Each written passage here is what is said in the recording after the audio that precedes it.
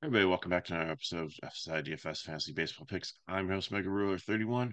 We're so close to 5K. We're up to 4,990 subs. So just remind you, if you haven't taken advantage of our offer for a free VIP week, which is $25 value, covers all the sports. It's a great time to do it, especially with the Euros going on. If you like soccer and baseball, I know NBA and NFL are probably done now, but we have WNBA still, NASCAR, so many things. All you have to do is, if you've already subscribed to our channel, we want to do it as a thank you. Or if you haven't subscribed yet, all you need to do is take a screenshot, proof that you're subscribed to our channel, email a screenshot to promos at FSI DFS.com, and we'll send you a coupon within 24 hours. So last night's slate wasn't bad. Wrigley finally got going. The Mets put up like 14. I did not see that coming, and it was only two home runs. Everything else was like single advance, the runner, single advance, the runner. So it's just absolutely um, crazy with that. Dodgers showed up and did pretty good at course, so that wasn't bad. It was paying for Otani. He did pay off. Even though it's like 7K yesterday, at discount too, it's like 6.9. Wow. But the games start at 7:05 again. It's now a 6:40 start, so let's just get into it here. 10 games could be down to 9 with the weather in Tampa Bay, Minnesota. I don't think they get that game in. So Baltimore Yankees should be a great series here. 86 degrees in Yankee Stadium, wind blowing in 11 miles per hour. So does that neutralize the hitting park? Maybe a little bit, but the hot temperature should help too. So yours has been solid, but I don't know if I can go to him here. I like him. I played him a bunch. He's up to 7-4, but the Yankees just don't strike out, so it's kind of hard. I know they still have like 24.2, but like as I've said in these videos, if you look on screen and be like, "What are you talking about?" They're in the top 10. Is with Soto was out. It changed the lineup completely, and uh, now they lost Rizzo for 4 to 6 weeks with a fracture of his arm. So we'll have to see, how they fill first base and what's going to go on the lineup. But still, I don't think the strikeouts are going to be there, and it's definitely a potent lineup. So I'm not playing Suarez here. Cortez, I think he's in play, but there's some other pitchers that I like better than him on the slate. We might lose one to rain. So, and Baltimore's just such a powerful offense. You put them in this park upgrade here too in hot temperatures, and Cortez has a power problem. Like he might go and get like 7 strikeouts in the lineup, but he might give up like 3 home runs. And I think the stat last time I had him on the video was like in 4 out of 5 games he's given up like at least 4 earned runs. So I think he's playable, but cautiously, probably GPP only. Bet wise, then Baltimore is going to be one of my favorite GPP stacks. Definitely love the righties here. Westberg, Rushman, Mountcastle. I can still do gunner lefty on lefty here, but I don't know if I want to play 6-3 for that. The one I can finish stacked with like Santander and Hayes and really feel good about that. You take that 1-6-3 bat out because you're already paying up for like 5K for Westberg and 5-6 for Rushman. So even though Gunner's probably one of my favorite players in Major League Baseball, he'll probably not be in my line today. Yankees against Suarez. I mean, whoever you want here, whoever you can fit in, affordability wise. So it should be a decent stack. Probably fourth favorite if I'm making around from paying up. Red Sox and Blue Jays. Kikuchi let me down last night. That was bad.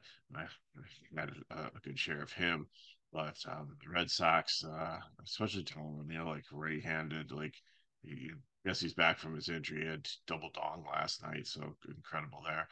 How I like him as a pitcher.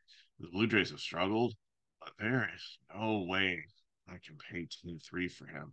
That is just egregiously high. So I put him in the bottom of my pay up rankings. I just can't go there. GPP, maybe, if you can figure it out, but there's balance we want to pay for tonight. So I'm not going there. Bassett, it should be okay to play. Um, but the Red Sox, they they strike out. They're top, usually top 5 in that against. right-handed pitching. But I do like the lefties in GPP here with Duran and Valdez as a nice savings there at second base at only 3-4. Devers, Yoshida's back in lineup. He's only 3-4. It's just a matter of time before he gets it going and heats up again. So you can always throw O'Neill in there, righty and righty. He'll be fine. Our Connor Wong's been solid all season, righty and lefty. So the Red Sox stack is nice. I have him as a top leverage one because I just think asset at his price point might get, and just how, if people look at the total of the game and everything, and it's a part downgrade, they might take all those considerations. So Bassett might have some ownership, but I do like a lefty Red Sox stack. And for Toronto, I think they're just leverage against Houck if people actually pay that price for him against them. Detroit and Atlanta. Olsen did good last night against them, but they said like Olsen leads the league and he's like has one of the biggest records in the last 50 years for the least run production when he pitches. I just feel so bad for him, but it was a good night for him. He only gave up one run. I mean, they ended up losing the game 2-1, but he did well. His parents are out in the crowd, but Mies tonight I don't think is going to fare as well. Braves almost have a 5 total, 87 degrees, wind blowing at 11 miles per hour. So I mean that helps a little bit, but the Braves are still hitting well. They're just not putting up runs. They're not hitting home runs. Like Clinic moving to the top of the order was the recipe he needed to be successful. Ozuna is still hitting the ball well. Riley's got a hitting streak going. So I think Mies I'm going to definitely fade. And Schallenbach, he's the guy that skipped Double A and just came right up. So the Tigers, with a run production, sometimes could be considered a Double A team here. I mean, they didn't. They're facing a lefty yesterday and Freed, but I think that Riley Green's been hitting well, and Perez when he leads off usually does decent, but I'm not super scared. So I think at 7K he's in play here in the higher mid range to low range against Detroit. That wise, Detroit would be my probably number 5 cheap stack there, and Atlanta would be my third stack overall against him. Clinic, Albies, Exuna, righty, I'm fine with. Riley, righty. So I'd probably stick to the top 5. If you want to eliminate one of those and throw Forrest Wall in and kind of do like a wraparound thing, like an 8-1-2-3-5 thing, or however you want to slice it there. Forrest Wall, he was amazing in the spring training, and once he got on base, he just absolutely flew. This guy has some speed and he has some pop, so there's a dart thing for you at 2-5. Tampa Bay and Twins. Don't think this game's going to play. 80% chance to 90% chance of rain. Saval and Lopez. Saval just Minnesota's not striking out as much. I'm not going to play Saval. I think I mean having this a second in the mid range, but I just don't like the weather. And Pablo Lopez, same thing, second in the high range. So we'll have to see if the weather clears up. Maybe I'd consider Lopez and Saval and some GPPs. Bat wise, Tampa would just be a leverage stack. In Minnesota, I really like them here. Castro leading off has been amazing. Stays in the game usually the whole time. Royce Lewis has just been on fire, but playing 6-2 in this matchup with the rain, I'm not sure if I want to go there. Liners and Kepler are great values at 3-9 and 4-2, but they're pinch hit risks. So, and the rest of the lineup, whatever you want to fill in works. Core or not course. We'll get to that in a second. But Wrigley Field has wind blowing out now 17 miles per hour and 88 degrees, so it should be great hitting weather. Logo Ed and Steele.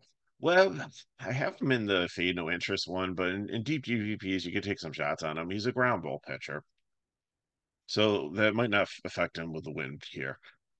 Steele on the other side, like the Giants have some nice righty power, so Steele's not a bad pitcher, but with the wind and stuff, I don't know how many shares I'll have of him. Maybe some in GPP. I've seen him pitch well at Wrigley with wind blowing out before. But it's not like the Giants are like a high strikeout team or anything like that. So and neither are the Cubs. So I don't know if there's really K's in this game. So I think the pitcher is kind of neutral here. Bat wise, I like the San Francisco side more than the Cubs side, just because of Webb being a decent pitcher and a ground ball pitcher. But Slater leading off at 3K should be decent. Ramos has been mashing lefty pitching. Bailey, the catcher, at 3.7. I love that price point there, hitting third. Um, Chapman, he's been a little bit slow recently. I don't know if I'd put him in stack at 4.8, but Flores at first base at 3.4, Soler 4.4. I mean, there's some decent bats here. Cubs, so Talkman got hurt, so I think Cap might move up to leadoff there, but like Bellinger, Bush should come back in the lineup and play first base against righty here, Crow Anderson. I'd probably just stick to the lefties and maybe Suzuki. And Haps obviously a switch hitter, but I don't know if I'm going to go full 5 man stack even with the wins. Maybe in a GPP I'll have one just in case Webb has an off day and they can get um, the ball flying there. But I don't think I like that for a cash build.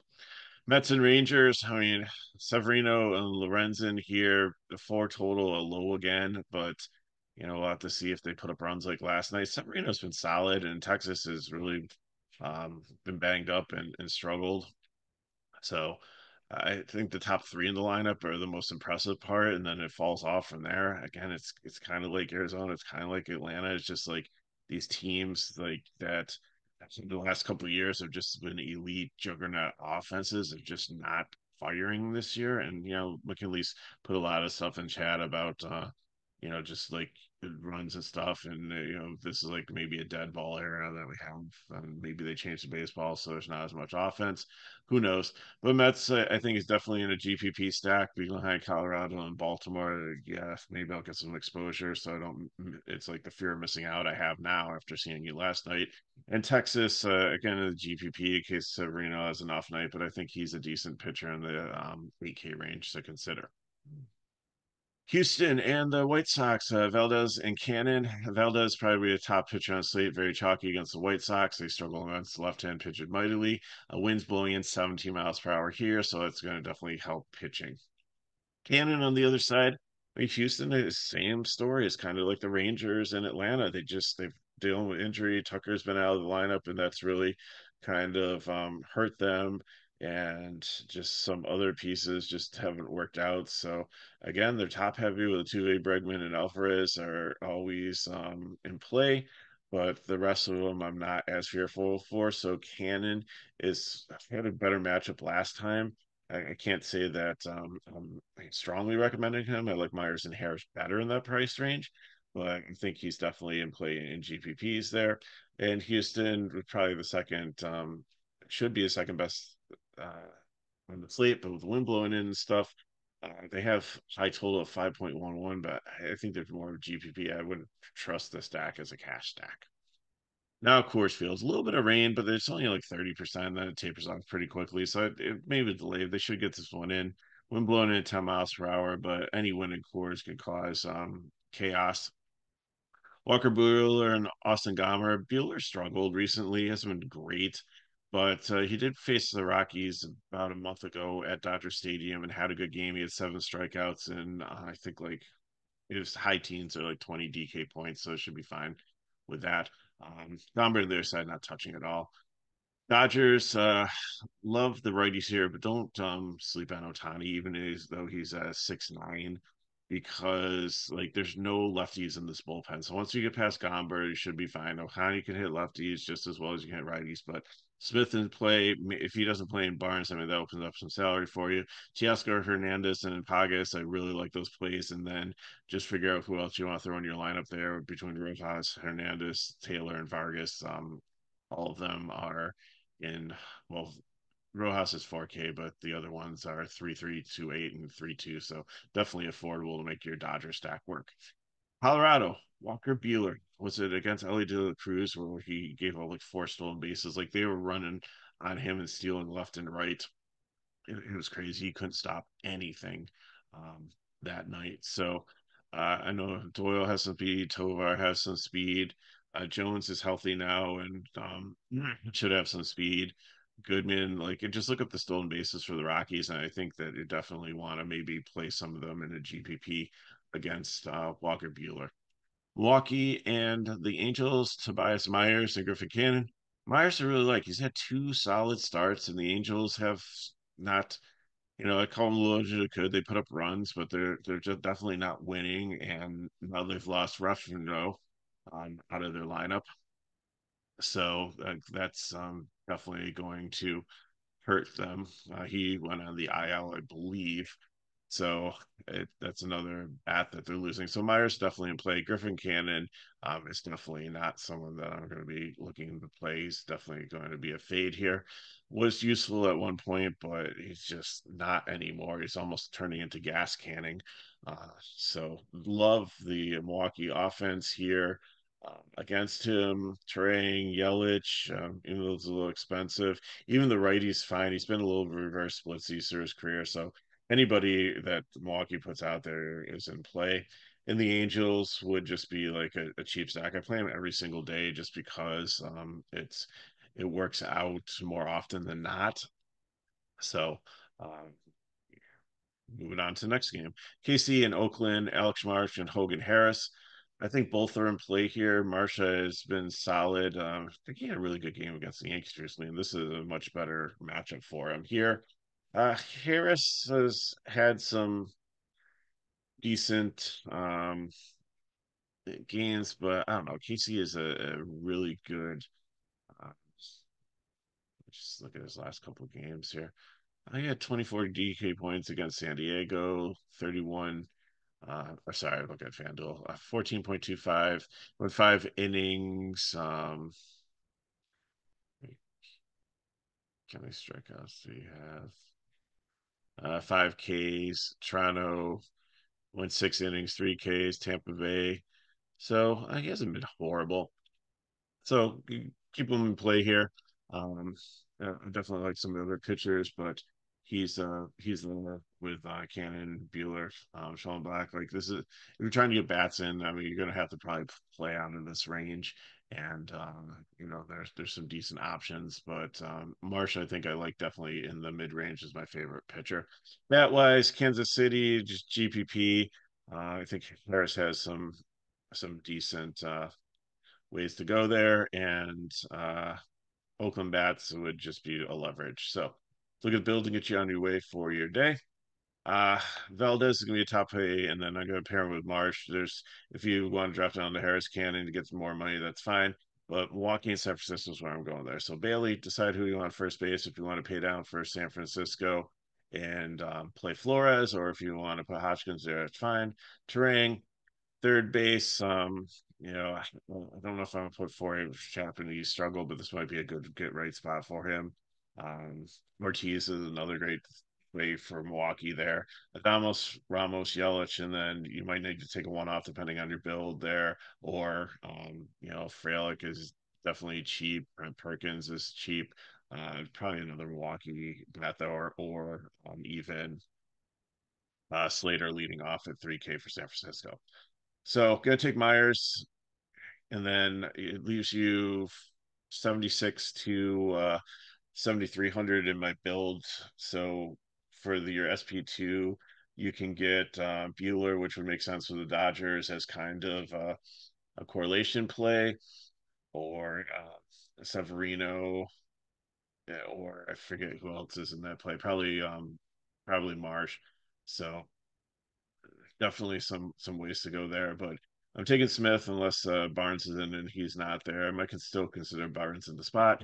Otani will make your stack different. If you can't get up there, that's fine. I mean, even if you want to go Freeman, lefty, lefty, because just remember the bullpen does not have any left-handed pitchers in it. So once they get past Gomber, they should be fine. Lau, I think, is a great fill in at second base, but if you want to go Ramos there, I'm fine. If you want to find cheap third base, shortstop, and outfielders to finish off. But Tio Hernandez and Pagas is who I want. So I'm going to try to get $5 in. If I can, probably one of the cheaper ones. I prefer Ramos, even though it's at 4K, but there's not much more I can stack with it. So you're going to have to find like cheap one offs there. Might just punt shortstop in this lineup and find, I think there's a Boston guy that's 2,300, like Romney, Gonzalez, so I might go there. So I got for you. If you have any question, put in chat below. Hit me at Megaro31 on Twitter/X. And again, if you want more information on FSi DFS, go to the description of the video. You can get to our pricing page.